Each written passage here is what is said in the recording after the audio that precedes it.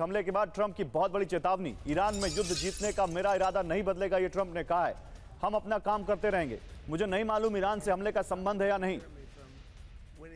General Mathur, मैं आपके पास आऊंगा। जनरल माथुर, ट्रंप ने तो ऑलमोस्ट इसको सिरे से नकार दिया है कि इसमें ईरान का हाथ है, और यहां पर एम्बेसडर वोरा कह रहे हैं कि इसके पीछे कुछ बड़ा हो सकता है खुलासा आने वाले दिनों में। आपको क्या लगता है? False flag, lone wolf, insider job, what's your assessment?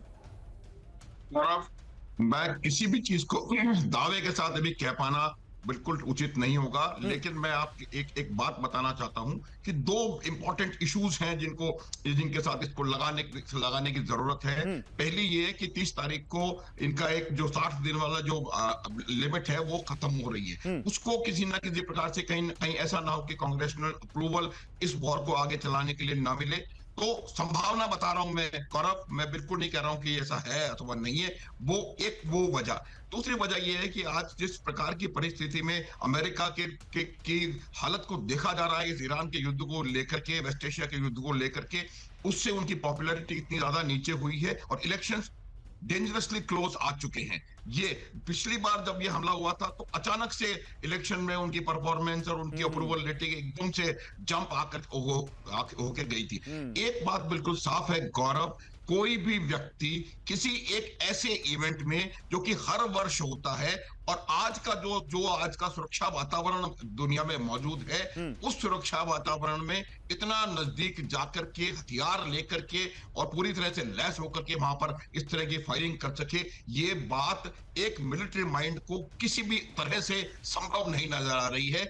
इतनी चेकिंग होती है। आज गौरव, आप किसी ताज होटल में जाकर के रूटीन में अगर आप चेक इन करेंगे तो आपको वहां पर पूरी तरह से स्क्रीन किया जाएगा। इसीलिए हम ये पूछ रहे हैं कि क्योंकि एक खबर ये भी आई कि उसने पिस्टल होटल के अंदर असेंबल की, क्या कोई जल्दी से कोई इनसाइडर जॉब की आशंका? ये उसने किया होगा, पिस्टल को 2-3-4 टुकड़ों में बांट करके और अंदर ले जा सकते हैं, लेकिन बावजूद उसकी चेकिंग वहां होनी आवश्यक है। और खासतौर पे जबकि एक ऐसा इवेंट होने वाला है जहां की पूरी कैबिनेट, राष्ट्रपति की प्रथम महिला और उपराष्ट्रपति और तमाम मीडिया वहां पर मौजूद हो, हर किस्म की 2 दिन पहले से उसकी तैयारी मुझे लगता है सिक्योरिटी की होनी चाहिए। तो इसमें कुछ ना कुछ इसमें समथिंग मोर देन। चलिए सर, इस पर आगे बात करेंगे, लेकिन इस बीच एक और बड़ी खबर है। वॉशिंगटन के हमलावर थॉमस एलन पर सबसे नई खबर आ गई है। होटल में गेस्ट बनकर रुका हुआ था हमलावर। देखिए, अब ये सबसे बड़ी जो जानकारी है वो ये कि कैसे वो यहां पर पहुंचा। तो वो गेस्ट बनकर रुका हुआ था, शॉटगन, हैंडगन और चाकू लिए हुआ था हमलावर। सिक्योरिटी चेक पॉइंट की तरफ दौड़ा था हमलावर। टीचर और वीडियो गेम डेवलपर है ये हमलावर, जिसके बारे में भी हम बात करें कि उस हमलावर की तस्वीरें सामने आ गई। थॉमस एलन इसका नाम है, और देखिए ये सामने आ चुका है कैसे ये वहां पर पहुंचा। वो उसी होटल में गेस्ट बनकर रुका हुआ था, उसके पास शॉटगन थी, उसके पास नाइफ था। वो सिक्योरिटी चेक पोस्ट की ओर दौड़ा और फिर सीक्रेट सर्विस ने उसको वहीं पर पकड़ा। तो कौन है हमलावर? 31 साल का हमलावर थॉमस एलन कैलिफोर्निया का रहने वाला है। होटल में गेस्ट बनकर रुका हुआ था यह हमलावर। शॉटगन, हैंडगन और चाकू के साथ हमले की कोशिश की इसने। हमलावर एलन ने 7 राउंड फायरिंग की, यह रिपोर्ट कह रही है। 2017 में कैलिफोर्निया से मैकेनिकल इंजीनियरिंग की डिग्री की इसने। 2024 में कमला हैरिस कैंपेन को किया था इसने डोनेट। तो जाहिर सी बात है, ट्रंप को तो पसंद नहीं करता था, लेकिन क्या इतना नापसंद करता था कि जान लेने पर उतारू हो गया। इसी बीच एक और बड़ी खबर, नॉर्थ आयरलैंड में कार में बॉम्ब धमाका। पुलिस स्टेशन के गेट पर कार में बॉम्ब ब्लास्ट हुआ। कार को हाईजैक कर तबाह किया गया है। ये विजुअल देखिए, नॉर्थ आयरलैंड की तस्वीरें हैं। नॉर्थ आयरलैंड में एक कार को हाईजैक कर उसमें धमाका कर दिया गया पुलिस स्टेशन के गेट पर। और अब जरा ईरान का रुख करते हैं, क्योंकि ईरान से इसको जोड़ा जा रहा है और ऐसी इस वक्त स्थिति है, ऐसा समय है कि जोड़ना पड़ेगा। ईरान में मुस्तफा खामनेई पर फिर सस्पेंस बढ़ गया। युद्ध के शहीदों में दिखी है मुस्तफा खामनेई की तस्वीर, एक रिपोर्ट कह रही है। ईरानी मीडिया में मुस्तफा की तस्वीर वायरल है। तेहरान में IRGC के शहीदों के मेमोरियल साइट की तस्वीर सामने आई है। कई दिनों से लोगों के सामने नहीं आए हैं मुस्तफा, और यह कहा जा रहा था कि उनको बहुत ज्यादा चोटें आई हैं, उनके पैर में बड़ा फ्रैक्चर है, लेकिन उसके बावजूद अभी तक शहीदों की लिस्ट में उनका नाम नहीं आया था, ना कोई तस्वीर आई थी। लेकिन अब शहीदों की तस्वीर में उनकी भी तस्वीर जोड़ी गई है। अब यह सस्पेंस बढ़ाता है कि मुस्तफा सही है या नहीं। हमले में मुस्तफा के बुरी तरह झुलसने की खबर आई। मुस्तफा खामनेई के कई ऑपरेशन होने के दावे किए गए। चेहरे और होठ झुलसने से बोलने में दिक्कत की खबर है। प्रोस्थेटिक सपोर्ट की जरूरत पड़ने की बात भी सामने आई है। कड़ी सुरक्षा में डॉक्टरों की टीम मुस्तफा का इलाज कर रही है, न्यूयॉर्क टाइम्स कह रही है। लेकिन कमोडोर जीजे सिंह, आपको क्या लगता है, मुस्तफा खामनेई के अगर इस तरह के हालत में होने की खबर आती है तो क्या ये ईरान का स्टैंड कमजोर करेगा, या जैसे उनके बहुत सारे लीडर्स नहीं रहे, अगर मुस्तफा खामनेई के साथ भी कुछ ऐसा होता है तो ईरान की पोजीशन पे कोई फर्क नहीं पड़ेगा? Thank you Gaurav for having me.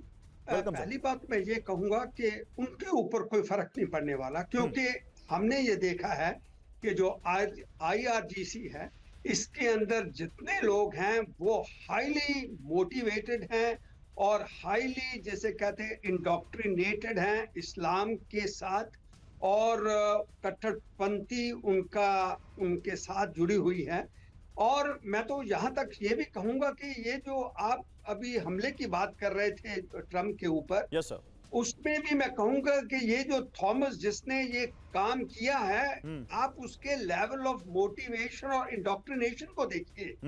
कोई भी आदमी जो है वो ऐसे हमला नहीं करेगा जब तक उसको पूरी तरह आपने मोटिवेट नहीं किया। तो क्या आपको इन दोनों खबरों में कोई जुड़ाव दिख रहा है? एक तरफ मुस्तफा खामनेई का नाम शहीदों की लिस्ट में आना और दूसरी तरफ ट्रम्प पे अटैक होना।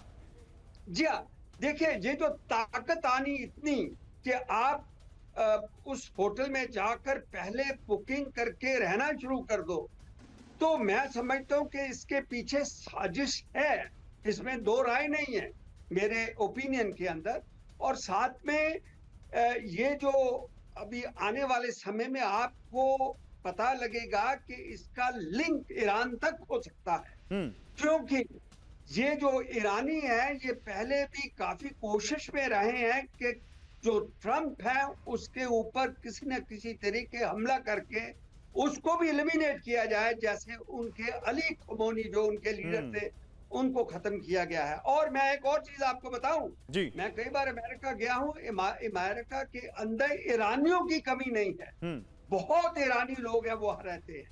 और मैं ये नहीं कहूंगा कि जितने 100% ईरानी वहां पे रहते हैं वो लिबरल हैं, वो ईरान के अगेंस्ट हैं, नहीं, ऐसा नहीं हो सकता। बहुत से लोग होंगे। ठीक है सर, मतलब आप कह रहे हैं कि ईरान से लिंक हो सकता है, इसके बहुत चांसेस हैं। अब देखते हैं कि क्या सीक्रेट सर्विस, FBI, CIA कुछ इस बारे में कुछ और खुलासा करते हैं, सरकार अमेरिका की कुछ इस बारे में बताती है।